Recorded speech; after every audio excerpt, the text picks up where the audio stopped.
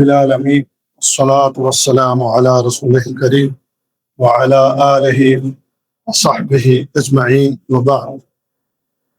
نبی کریم صلی اللہ علیہ وسلم کی سیرت پر ہم نے یہ دروس شروع کیے ہیں۔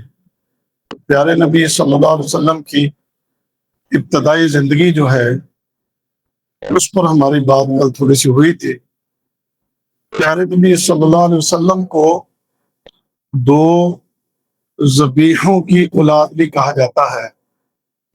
دو ذبیحے، اس سے کیا مراد ہے کہ آپ ایسے دو شخصوں کی اولاد ہیں کہ جو ذبح ہونے والے تھے، آپ ان کی اولاد ہیں۔ تو اس سے دو ذبح ہونے والے کون ہیں؟ پہلے تو حضرت اسماعیل علیہ السلام ہے، کیونکہ نبی کریم صلی اللہ علیہ وسلم اسماعیل علیہ السلام کی اولاد میں سے ہیں، اور وہ پھر سلسلہ آگے وہ لمبا سلسلہ ہے۔ ہم یہ نہیں چاہتے کہ زیادہ تفصیل میں جائیں، تو خاص اہم چیزیں ہیں وہی آپ کو گوشوار کریں گے تاکہ تھوڑے وقت میں زیادہ سے زیادہ علم ہم آپ کو پہنچا سکیں۔ تو اسماعیل علیہ السلام کی اولاد میں سے آگے جو سلسلہ چلا ہے، اسی سلسلے میں سے محمد رسول اللہ صلی اللہ علیہ وسلم۔ دوسرا ذبیح عبد المطلب، ان کے 11 بیٹے تھے۔ ان 11 بیٹوں میں عبداللہ سب سے چھوٹے۔ تو اس وقت میں آب زمزم کے حوالے سے شاید آپ کے علم میں ہو کہ بنو جرہم کہ جب وہ مکہ کو چھوڑ کر گئے تھے تو انہوں نے آب زمزم کے کنویں کو بند کر دیا تھا، یہاں تک کہ اس کے نشان کو بھی مٹا دیا تھا۔ تو عبد المطلب نے خواب میں دیکھا کہ آب زمزم کا کنواں کہاں پر ہے۔ تو عبد المطلب نے اگلے دن صبح آب زمزم کے اس کنویں کی جو نشاندہی خواب میں ہوئی تھی، اس جگہ پر آپ نے اپنے طور پر اکیلے ہی کام کرنا شروع کر دیا۔ تو قریش کے باقی لوگ بھی، انہیں جب اس بات کا علم ہوا کہ عبد المطلب جو ہیں وہ انہیں آب زمزم کے بارے میں پتہ چلا ہے اور وہ اس کنویں کو کھودنے والے ہیں، تو انہوں نے بھی ساتھ آ کر شریک ہونے کی خواہش کی، لیکن عبد المطلب نے اس بات سے انکار کیا کہ ان کی خواہش نہیں کہ وہ اکیلے ہی اس کام کو کریں۔ تو اس پہ تھوڑا آپس میں اختلاف ہوا، تو عبد المطلب نے پھر یہ نظر مانی کہ اگر میں اکیلا یہ کام کروں تو میں اپنے 11 بیٹوں میں سے ایک بیٹے کو اللہ کی راہ میں ذبح کر دوں گا۔ تو قرہ ڈالا گیا، تو قرے کا نام جو ہے وہ عبداللہ کا نکل آیا، یعنی محمد رسول اللہ صلی اللہ علیہ وسلم کے والد عبداللہ کا نام نکلا اس قرہ میں، ان کو ذبح کیا جائے گا۔ اب آب زمزم جو ہے وہ عبد المطلب نے اس کے کنویں کو تلاش کر لیا، آب زمزم کا پانی نکل آیا۔ تو انہوں نے پھر اپنی اس نظر کو پورا کرنے کے لیے عبداللہ کو لیا اور لے کر بیت اللہ کے قریب جا کر ذبح کرنے کے لیے اپنی پوری تیاری کر لی۔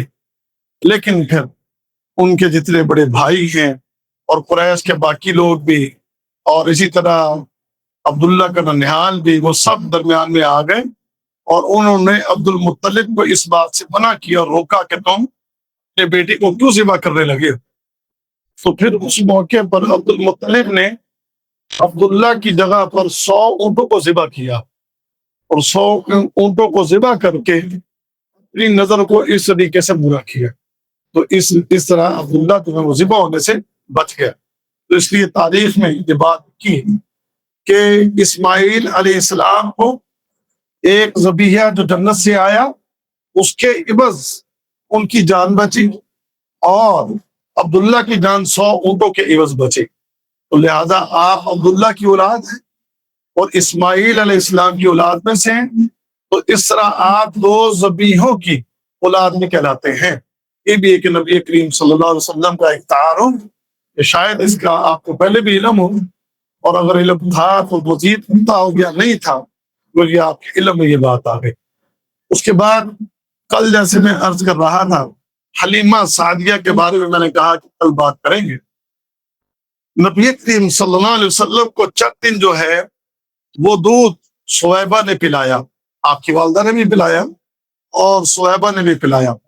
اب عبد المطلب کو اس بات کی تلاش تھی کہ کسی بدو خاندان سے کوئی عورت جو ہے وہ محمد صلی اللہ علیہ وسلم کو دودھ پلائے، کیونکہ جو مکہ کے شہری، مکہ اس وقت شہر کہلاتا، تو شہری کے ان کی یہ خواہش ہوتی کہ ان کی اولادیں جو ہیں وہ بدوؤں کے پاس ان کے علاقوں میں جا کر رہیں اور ان کے علاقوں کے اندر جا کر وہیں پر دودھ پیئیں، وہیں پر پلے بڑھیں، کیونکہ اس سے دو تین فائدے ان کو ہوتے تھے۔ ایک تو بدوؤں کی جو زبان تھی وہ بڑی فصیح اور بلیغ تھی، وہ اپنی زبان کے اندر، عربی زبان کے اندر شہریوں کی نسبت زیادہ بہترین تھے۔ اور دوسری چیز کہ جو بدو علاقے ہیں ان علاقوں کے اندر بچے مضبوط اجسام، آج بھی جیسے ہمارے شہری بچہ اور دیہاتی بچہ، ان کے دونوں کے جسم میں آپ کو واضح فرق محسوس ہوگا کہ جو ایک دیہاتی بچہ ہوتا ہے تھوڑا مضبوط ہوتا ہے، اور جو پینٹو بچہ شہری بچہ ہے وہ برگر شرگر کھا کے ذرا تھوڑا سا، آپ کو پتا سینڈوچ ہوتا ہے اور ممی ڈیڈی فیملی ہوتا ہے، اور جو پینڈو ہے پینڈو ہے ٹھیک ٹھاک مضبوط جسم اور جناب قوت ہوتی ہے۔ تو اس طرح بدو جو ہے وہ بڑے مضبوط، شہریوں کی یہ خواہش ہوتی کہ ہمارے بچوں کو کوئی بدو جو ہے وہ اپنے علاقوں میں لے جائیں اور وہاں پر ان کی عورتیں ان کو دودھ پلائیں اور وہیں ہمارے بچے کو 2-3-4 سال وہیں پر پل بڑھ کے آئیں۔ تو اس طرح عبد المطلب کو بھی تلاش تھی، کیونکہ نبی کریم صلی اللہ علیہ وسلم کی اب کفالت ہوتی وہ آپ کے دادا عبد المطلب کے پاس تھی۔ اسی اسنا میں کچھ عورتیں بنو سعد قبیلے سے وہ مکہ میں آئیں۔ بنو سعد ایک قبیلہ ہے کہ جو مکہ سے تقریباً 160-170 کلومیٹر دور ہے، اور طائف سے تقریباً 70 کلومیٹر، اور مکہ سے 160-170 کلومیٹر دور بنو سعد 170 کلومیٹر۔ وہاں سے یہ چند خواتین اپنی سواریوں پر آئیں، اور سواریاں ان کے پاس کیا تھی؟ اس وقت ان کے پاس سواریاں گدھے ہی ہوتے تھے۔ اپنے گدھوں پر سوار ہو کر کتنے کلومیٹر سے؟ 170 کلومیٹر سے اپنے گدھوں پر سوار ہو کر آئے یہ لوگ۔ تو یہ چند خواتین مکے میں آئیں، اور ان سب کو اس بات کی تلاش تھی کہ اہل مکہ نے اگر اپنے بچوں کو دودھ پلانا ہو تو ہمارے پاس دودھ پلانے والیاں ہیں۔ تو پیارے نبی صلی اللہ علیہ وسلم کو بھی ان خواتین کے اوپر، وہ بدو خواتین ان کے ساتھ ان کے مرد بھی تھے، ان کو پیش کیا گیا، لیکن وہ پیارے نبی صلی اللہ علیہ وسلم کو قبول نہیں کر رہی تھی۔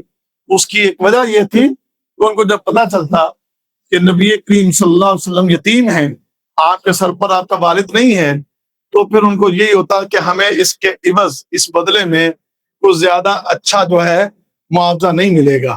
تو اس وجہ سے وہ محمد رسول اللہ صلی اللہ علیہ وسلم کو وہ نہیں لیتی تھی، چھوڑ کے آگے گھروں میں نکل جاتی اور ڈھونڈتی، یہاں تک کہ ڈھونڈتے ڈھونڈتے خواتین کو سب کو مل گیا بچہ، کوئی نہ کوئی کسی گھر سے، لیکن حلیمہ سعدیہ کو کسی گھر سے بھی کوئی بچہ نہ ملا، اور آخر میں اگر کوئی بچہ اس کو ملا تو وہ بچہ جس نے حلیمہ سعدیہ کی بھی قسمت کو بدل کے رکھ دیا۔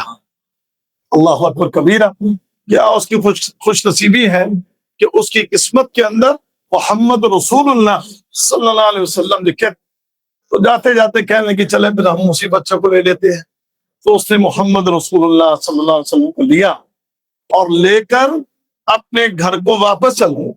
اب جو ہے نا آپ کے سیرت نگاروں نے جو آپ کی سیرت لکھی ہے اس پہ یہ ہے کہ حلیمہ سعدیہ جس سواری پر آئی تھی وہ سواری مریل سے سواری تھی، اور پورے قافلے کے اندر سب سے کمزور سواری تھی، اور دوران سفر سب سے پیچھے رہ جانے والی سواری تھی، اور جناب کہتے ہیں کہ اس کی وہ جو سواری تھی وہ بالکل ایسے جیسے ڈھانچہ سا ہو، کمزور تھی، یہ کیفیت اس کی۔ اللہ اکبر کبیرہ، پورے سفر کے دوران جب وہ مکہ میں آئے تو سب سے پیچھے تھی، اور کہتے ہیں جب حلیمہ سعدیہ نے محمد رسول اللہ صلی اللہ علیہ وسلم کو لے لیا اور لے کر جب یہ قافلہ چلا تو حلیمہ سعدیہ کی سواری سب سے آگے تھی اور سب سے تگڑی سواریاں سب سے پیچھے تھی. تو یہ تو پہلی نشانی دیکھی حلیمہ سعدیہ نے اور کہنے لگی کہ یہ بچہ تو بڑا برکت والا ہے کہ یہ بچہ جو میرے پاس جس کو میں لے کے جا رہی ہوں پہلے میرے سوادی کی یہ حالت ہے ہی نہیں کہ یہ ان کا مقابلہ کر سکے. تو یہ کیسا عظیم بچہ ہے جو میں لے کر آئی ہوں کہ میرے تو سواری کی کیفیت بدل گئی ہے. اب گھر لے اب گھر میں بھی کچھ حالات و واقعات کچھ اسی قسم کے تھے. ایک اونٹنی تھی اور اونٹنی کی کیفیت یہ تھی کہ دو دن دی گولی سے دودھ سوکھ چکا تھا. اس کی وجہ تھی کہ اس علاقے کے اندر قحط سا دن اور بکریاں بھی تھیں اور بکریاں بھی جو بیچاری مریض سی ہوئی پڑی تھی کیونکہ قحط سادی کی وجہ سے ان کو چرنے کے لیے کوئی گھاس پھوس بھی نہیں ملتا تھا. اونٹنی دودھ نہیں دے رہی, بکریاں جو ہے مریض سی ہو چکی ہیں اور جو سواری تھی وہ مریض سی ہو تو تھوڑی فٹ ہو گئی.